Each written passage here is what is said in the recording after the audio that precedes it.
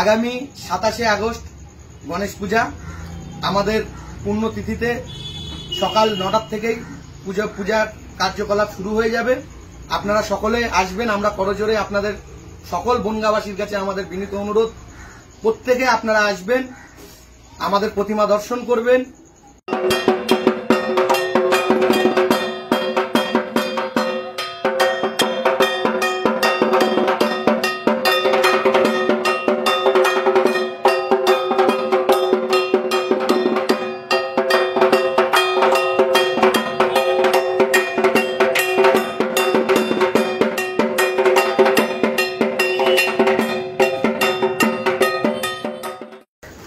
নমস্কার। আমরা প্রতি বছরের ন্যায় এবছরও এটা আমাদের ৪র্থতম বর্ষ গণেশ পূজা। আমরা সবাই গণেশ পূজা কমিটি সহযোগিতায় প্রফুল্লনগর সাংস্কৃতিক চক্র আমাদের গণেশ পূজা প্রতি বছরের ন্যায় এবছরও আপনাদের সামনে আমরা যেভাবে তুলে ধরার চেষ্টা করি, এবছরও আরো ভালোভাবে যাতে করতে পারি সেই চেষ্টাই আমরা করছি। আগামী 27শে আগস্ট গণেশ পূজা। আমাদের পুণ্যতিথিতে সকাল 9টার থেকেই পূজার কার্যকলাপ শুরু হয়ে যাবে। আপনারা সকলে আসবেন। আমরা করজোরে আপনাদের সকল বনগাঁবাসীর কাছে আমাদের বিনীত অনুরোধ, প্রত্যেকে আপনারা আসবেন, আমাদের প্রতিমা দর্শন করবেন এবং সকলকে প্রতিমা দর্শন করবার সুযোগ করে দেবেন, এই আশাবাদী আমরা। প্রতিমাই তৈরি করছে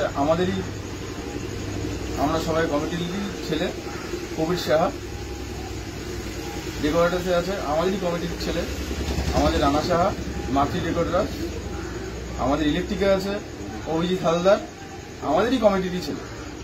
আমরা সবাই মিলে একত্রিত হয়ে এই জিনিসটা বড় থেকে আরো বড় করার চেষ্টা করব সামনে। গণেশ পুজোর তথ্য সবকিছু আপনারা দুর্গাপূজা বনগাঁ থেকে পেয়ে যাবেন। এই পেজটিকে ফলো করবেন, সাবস্ক্রাইব করুন, তাদের সঙ্গে থাকুন। বনগাঁর সামনে দুর্গাপূজা আসছে বিরাট বড়, টোটাল আপডেট এই পেজটির থেকে আপনারা পেয়ে যাবেন এবং আমাদের গণেশ পুজোর টোটাল আপডেট আপনারা এই পেজটির থেকে পেয়ে যাবেন। গণপতি বাপ্পা মঙ্গল মূর্তি, গণপতি বাপ্পা মঙ্গল মূর্তি। ধন্যবাদ জানাই বনগাঁও দুর্গাপুজোকে আসার জন্য। সকলকে আমাদের করজোরে অনুরোধ, বিনীত নিবেদন যে আপনারা সকল বনগাঁবাসী থেকে শুরু করে এবং বনগাঁর বাইরের সকল মানুষজন যারা আছেন গণেশ প্রতিমা আমাদের দর্শন করতে চান, সকলে বনগাঁ স্টেশন থেকে আমাদের হাঁটা পথে 2 মিনিটের রাস্তা, বনগাঁ প্রফুল্লনগর সাংস্কৃতিক চক্রের ময়দানের পার্শ্ববর্তী বনগাঁ রেলবাজার শাহপাড়া স্টেশন থেকে 2 মিনিটের রাস্তা। আপনারা সকলে আসবেন, প্রতিমা আমাদের দর্শন করে যাবেন, এই আশা আমরা রাখি।